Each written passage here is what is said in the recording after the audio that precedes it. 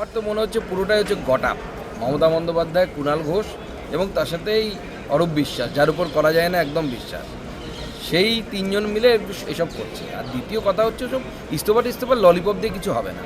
যারা বাংলা বাঙালির মান সম্মান ভুলুণ্ঠিত করলো, লজ্জায় মাথা কাটা গেল, মুম্বাই পারলো, দিল্লি পারলো, হায়দ্রাবাদ পারলো, আমরা পারলাম না, তাদের একটাই সাজা হতে পারে, সেটা হচ্ছে অ্যারেস্ট বা গ্রেপ্তার।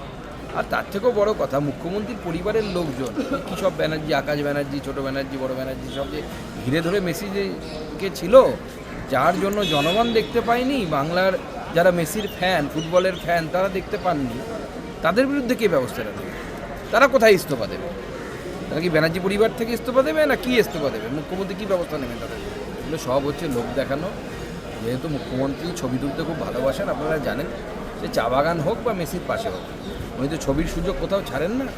তো ছবি তোলার সুযোগটা নষ্ট হয়ে গেছে ওনার।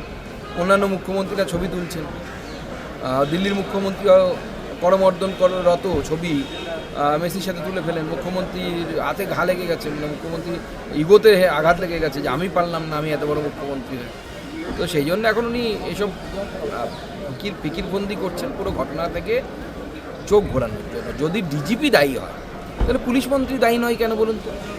ডিজিপি যদি দায়ী হয়, অর্থাৎ পুলিশের ব্যর্থতা যদি হয়, তাহলে সেই পুলিশি ব্যর্থতার জন্য কি পুলিশ মন্ত্রী দায়ী হবেন না? তাহলে মুখ্যমন্ত্রীকেও তাহলে শোকজ করা উচিত। মুখ্যমন্ত্রীকে শোকজ কে করবে? মুখ্যমন্ত্রীর দায়িত্ব নেওয়া উচিত না? আর তার থেকেও বড় কথা, পুলিশ শোকজ হয়েছে ডিজিপির উপরে, পুলিশ ভিড় আটকাতে পারেনি বা মেনটেন করতে পারেনি। আচ্ছা, যে বোতল, জলের বোতল 30 টাকার বোতল বা 50 টাকার বোতল 300 টাকায় বিক্রি হচ্ছিল, এটা আটকানো কি পুলিশের কাজ? ওখান থেকে তো পয়সা খাওয়ার, কাটমানি খাওয়ার ব্যবস্থা করেছিল এই তৃণমূল কংগ্রেস। বিপুল পরিমাণ সংখ্যা, অত্যন্ত চিন্তার বিষয়। স্ক্যানারে আছে মানে হয় বাবার বয়স ওই যে 15 বছর হয়ে যাচ্ছে, কখনো দেখা যাচ্ছে বাবা ছেলের থেকে 2 বছরের বড়। এই ধরনের নানা অসঙ্গতি এসআইআরে আছে এবং সেই অসঙ্গতি প্রমাণ করছে যে মমতা বন্দ্যোপাধ্যায়ের অ্যাডমিনিস্ট্রেশন বিগত বেশ কয়েক বছর ধরে যেভাবে অনুপ্রবেশ করিয়েছে এবং তার সাথে বাঙালি উদ্বাস্তু যারা বাধ্য হয়েছে বাংলাদেশ থেকে এপারে আসতে, ধর্ম বাঁচাতে, ইজ্জত বাঁচাতে, মাথার সিঁদুর বাঁচাতে, গলার কাঠের মালা বাঁচাতে, তাদেরকে মাননীয় মুখ্যমন্ত্রী ভুল বুঝিয়েছেন এতদিন ধরে। বলেছেন আপনারা তো নাগরিক, আপনাদের চিন্তার কোনো কারণ নেই, আপনারা সিএতে ফর্ম ফিল আপ করবেন না। এখন কি হবে? এখন যদি কারো নাম এসআইআর থেকে বাদ যায়, সিএতে ফর্ম ফিল আপ না করার জন্য সময় মতো, আমি এটা বারবার বলছি, অনেক দিন আগে সিএর আইন পাশ হয়ে গেছে। মুখ্যমন্ত্রী মানুষকে ভুল বুঝিয়েছেন, ভয় দেখিয়েছেন যাতে কেউ সিএর ফর্ম ফিল আপ না করেন।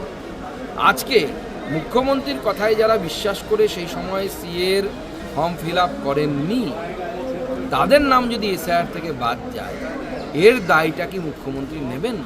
মমতা বন্দ্যোপাধ্যায় নেবেন কি?